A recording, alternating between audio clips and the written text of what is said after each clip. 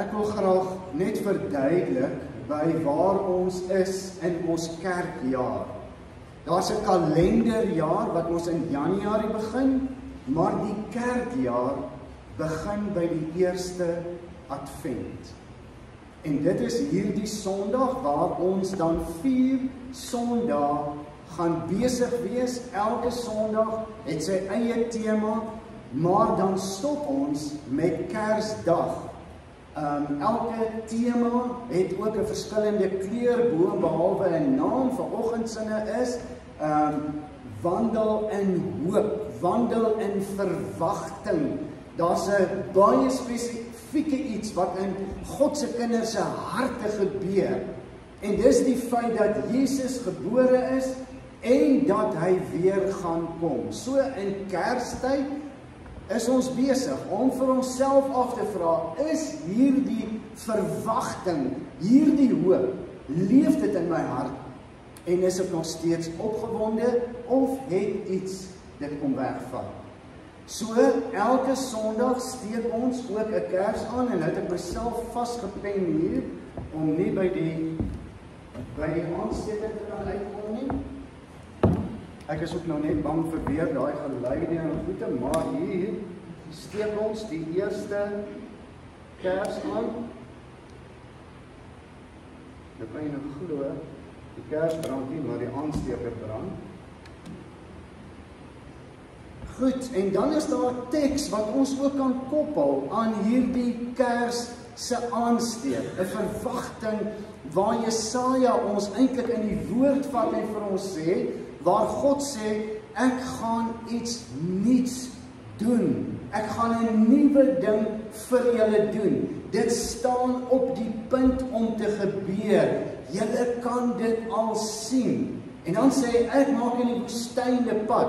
Ek laat in die droë wêreld riviere ontspring. En dan daai opgewondenheid en daai passie wat in God se kinders se harte leef, bly leef. So wanneer ons hierdie kers aansteek, wanneer ons hierna kyk, dan vra ons mos vir onsself, so wat is die verwagting in Kerstyd? Wat is die verwagting van Kersfees? Wat wil ek hê moet gebeur? Ek wil graag lees uit Markus 13 vanaf vers 24. As julle daar kan blaai, ek dink ons het dit mooi opgesit daarso, 13 vers 24. Die profetiese rede, die koms van die seun van die mens, maar in daardie tyd, na daardie verdrukking, sal die son verduister word en die maan sal nie skyn nie. Die sterre sal uit die ruimte val en die kragte van die hemelruim sal ontwrig word. Dan sal die mense, die seun van die mens in die wolke sien kom met groot krag en groot majesteit. En dan sal hy die engele uitstuur om sy uitverkorenes bymekaar te bring uit die 4 windstreke van die een kant van die aarde af tot by die ander kant. En dan vers 28. Leer dit van die vyeboom as voorbeeld. Wanneer sy takke al sag word en hy blare kry, weet julle die somer is naby.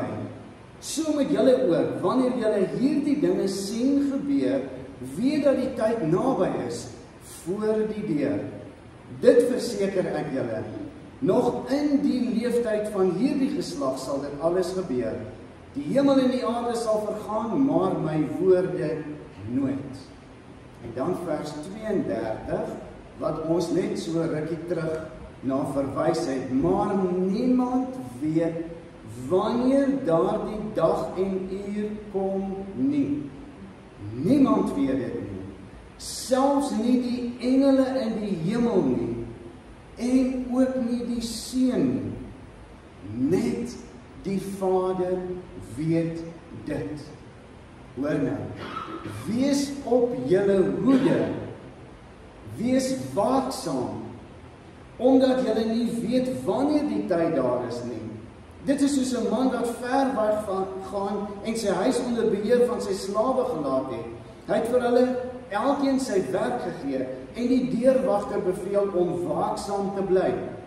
Bly dus waaksaam, omdat julle nie weet wanneer die huiseienaar kom nie, en die aand, of middernag, of met die hanekraai, of die môre vroeg nie, sodat wanneer hy onverwags kom, hy julle nie aan die slaap kry nie.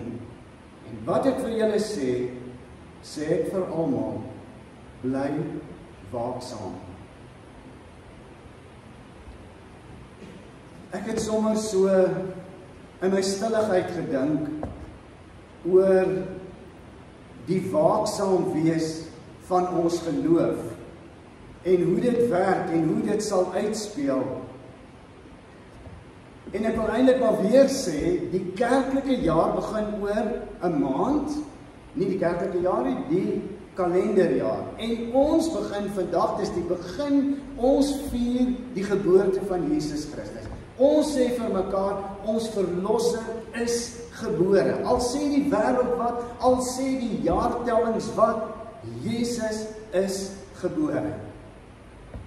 Ek dink, kinders, wanneer jy daai adventskalender gebruik, dan is daar mos elke dag ietsiekie wat jou herinner aan toe hy aan die skaapwagters verskyn en toe die wyse manne gegaan en toe het dit gebeur en toe is Jesus gebore, 25ste Desember.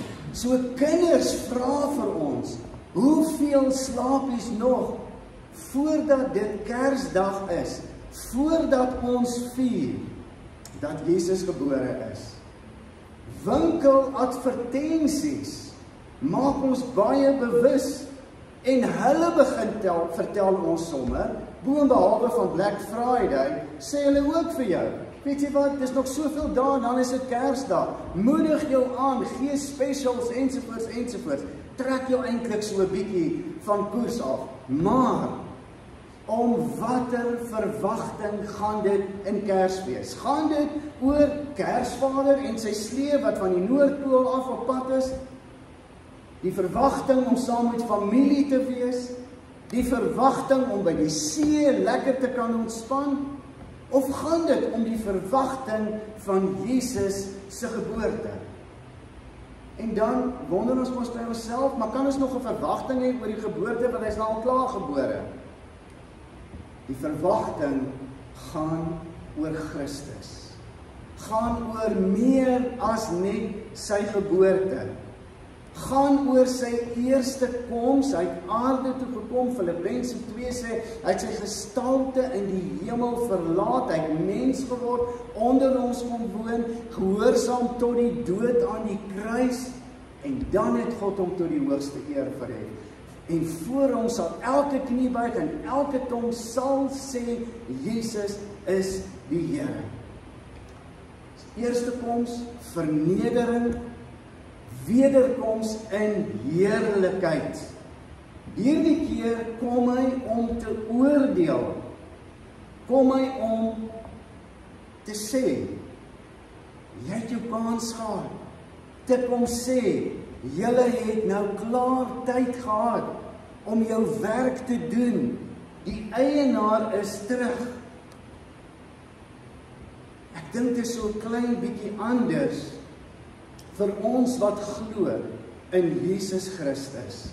Wat ons sê, ons weet, hy het gekom, hy het vir ons sondes gesterf, hy het opgestaan, hy het opgevaar. Hierdie regter wat ons verwag by die wederkoms, is dieselfde regter wat sy lewe vir ons afgelê het. Hoe laat dit jou voel oor die wederkoms? Hoe laat dit jou voel dat Jesus gaan terugkom? Gee dit jou hoop? Maak dit dat jy in 'n verwagting lewe? Want as jy in 'n verwagting en in hoop lewe, dan sê ons, iets goeds gaan gebeur.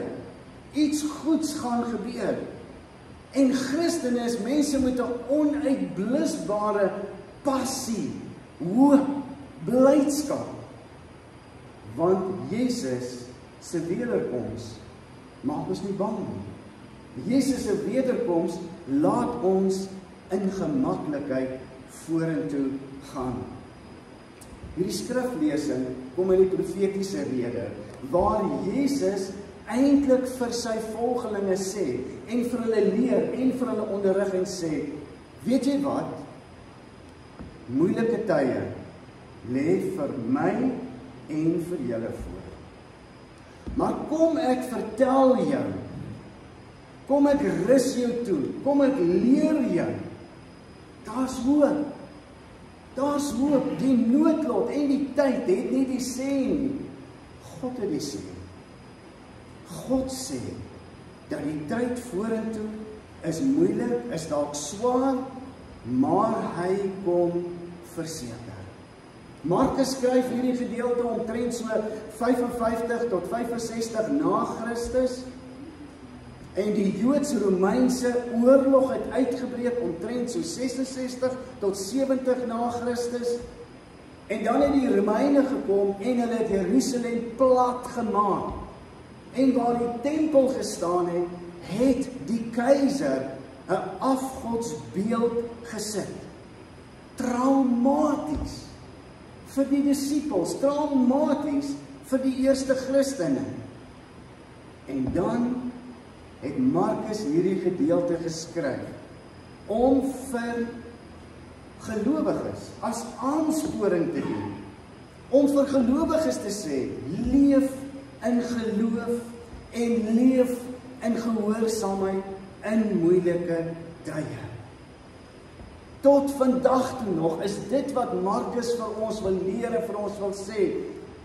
Daar lê moeilike tye voor. En wanneer ons lees in die woord, dan staan daar, in die einde, aan die einde van die tye, sal dit nog slegter gaan. Daar gaan oorloë wees, daar gaan hongersnood wees, daar gaan aardbewings wees. Maar, bly volhard. Elke jaar, met Advent, kyk ons terug. Ons kyk terug en ons vra vir onsself, wat het van Jesus se liefde hierdie jaar in my lewe gebeur? Wat het daarmee gebeur? Het dit gegroei? Is dit iets waaraan ek vasgeklou het? En ons kyk ook vorentoe. Want ons verwag dat Jesus weer gaan terugkom. En dan vra ons mos vir onsself, is ek reg as ek kom? Het ek gedoen wat ek moes doen wanneer hy kom? Wat is jou antwoord op hierdie goed? Iets wat hy vir ons in sy woord leer, is dat wanneer ons wag dat Jesus kom, dan sit ons nie stil en ons rol ons vingertjies en ons sit handjies gevou en ons doen absoluut niks. Ons sit maar net, wag op 'n gelukkige uiteinde nie. In die teks sê Jesus dat hy soos 'n eienaar weggaan en dan gee hy vir sy slawe opdrag en sê, julle moet besig wees, julle moet altyd gereed wees, so as ek terugkom, moet dit wat op hierdie werf aangaan, moet goed en moet reg wees. Jesus gaan hemel toe, en hy sê, die engel sê, soos wat julle hom sien gaan, so sal hy weer terugkom. In die tussentyd, wat moet ons doen? Hy gee vir ons 'n groot gebod. Hy sê, hê God lief met jou hele hart, met jou hele siel, met jou hele verstand. Hê mekaar lief. Maak nie saak wat rondom jou gebeur nie. Wees lief vir God. Wees lief vir mekaar. En hy gee vir ons ook 'n opdrag. Hy sê, totdat hy kom. En onthou, ons weet nie wanneer hy kom nie, ons het dit mos nou gelees, ons weet nie wanneer hy kom nie. Maar hy sê, jou opdrag is, gaan na al die nasies toe. Maak die mense my disippels. Leer hulle, onderrig hulle, doop hulle in die naam van die Vader, Seun en Heilige Gees. En onthou, ek is by jou, tot by die volleinde. Hoe wag ons? Ons wag met 'n passie in ons hart. Ons wag met 'n sekerheid in ons hart. Ons wag terwyl ons besig is om te werk, God lief te hê, die wêreld wat sê, wag. Jy nou vir my vertel, dis die moeite werd om God lief te hê. Kyk hoe gaan dit in die wêreld. God se kinders wat sê, Here, ons maak vas aan U. Dankie vir U seun Jesus Christus. Dankie vir verlossing, dankie vir vergifnis. Dankie vir die Heilige Gees. Wat sê? God wat sê, julle sal krag ontvang. En julle sal my disippels wees. Terwyl ons mekaar liefhet en hom gehoorsaam. Gebruik Jesus 'n voorbeeld en dan sê, wees op julle hoede. Wees op julle hoede. Dit kan mos gebeur as jy terugkyk of as jy vorentoe kyk, dat jy vir jouself sê, ek dink hierdie passie het vervlou in my. Ek dink ek is nie meer so opgewonde soos in die begin nie. Here, ek wil bely. Die woord wat sê, wees op julle hoede, wees waaksaam, bly waaksaam. Wat ek vir julle sê, sê ek vir almal, wees waaksaam. Ek dink, ons kom aan die einde van die jaar, ons kom aan die einde van 'n tydperk waarin ons vir onsself net weer vra. Januarie kyk terug op die vorige jaar en vra in afhanklikheid vir 'n nuwe jaar. 12 maande wat voor lê. Wanneer ons in ons kerkjaar kom en ons kyk terug, dan wil ons soms sê, Here, ekskuus. Miskien is dit baie bewus van U eerste koms, maar ek het dalk die tweede koms uit die oog verloor. Ek leef nie met daai onuitblusbare hoop meer nie. Ek kom bely dit, Here. En ek wil vra, laat U Gees my opnuut vul. Ken die teksvers wat daar staan? Een van hierdie skerms wat sê, dat die volheid, mag ons gevul word met die volheid van God. Jesus sê, in Hebreërs 12, sê hy het met die vreugde, wat vir hom in die vooruitsig was, het hy die skande van die kruis verdra, want hy het geweet, waarin is hy op pad.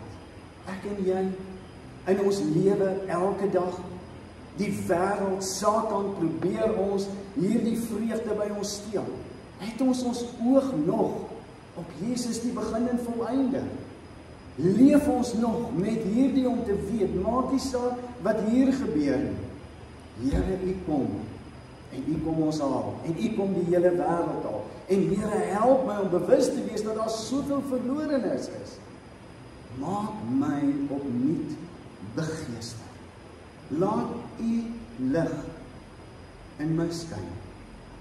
Laat ek opnuut weer blydskap ervaar dat U gebore is. Dat elkeen wat in U glo, kinders van U genoem kan word. Dat ons vergewe is. Dat ons 'n ewige lewe het. Dat U kom en ons kom haal. Mag die hoop van Christus se geboorte, Christus se koms, Christus se wederkoms, helder in ons skyn en in ons brand. Amen. Hemelse Vader,